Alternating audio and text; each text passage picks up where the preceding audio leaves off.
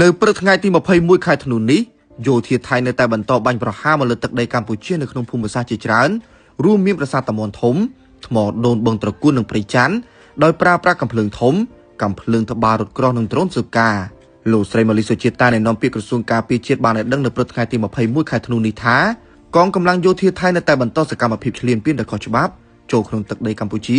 គិតត្រឹមម៉ោង8ព្រឹកនេះបើតាមលោកស្រីម៉ាលីសុជាតាយុទ្ធភូមិភាគទី4រួមមានខេត្តឧត្តរមានជ័យក្នុងនោះនៅក្នុងវេលាម៉ោង 12:05 នាទីរំលងអាធ្រាត្រថ្ងៃទី21ខែធ្នូយោធាថៃបានបន្តបាញ់ប្លង់កាំភ្លើងត្បាល់ចំនួន3គ្រាប់ចូលទៅក្នុងភូមិសាស្ត្រប្រាសាទតាមាន់ធំ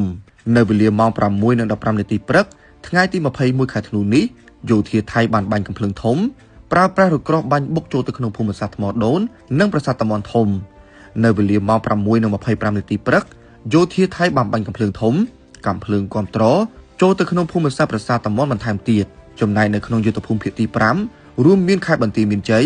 នៅវេលាម៉ោង 5:50 នាទីទីភ្លឺថ្ងៃទី21ខែធ្នូនេះយោធាថៃបានបាញ់ប្លង់ចូលទៅក្នុងភូមិសាស្ត្របឹងត្រកួននៅវេលាម៉ោង 6:09 នាទីព្រឹកយោធាថៃបានប្រើប្រាស់ដ្រូនស៊ើបការរំលោភចូលក្នុងដែនអធិបតេយ្យភាពរបស់កម្ពុជានៅក្នុងភូមិសាស្ត្រព្រៃច័ន្ទនៅវេលាម៉ោង 7:09 នាទីព្រឹកយោធាថៃបានបាញ់ប្លង់ចូលទៅក្នុងភូមិសាស្ត្រព្រៃច័ន្ទ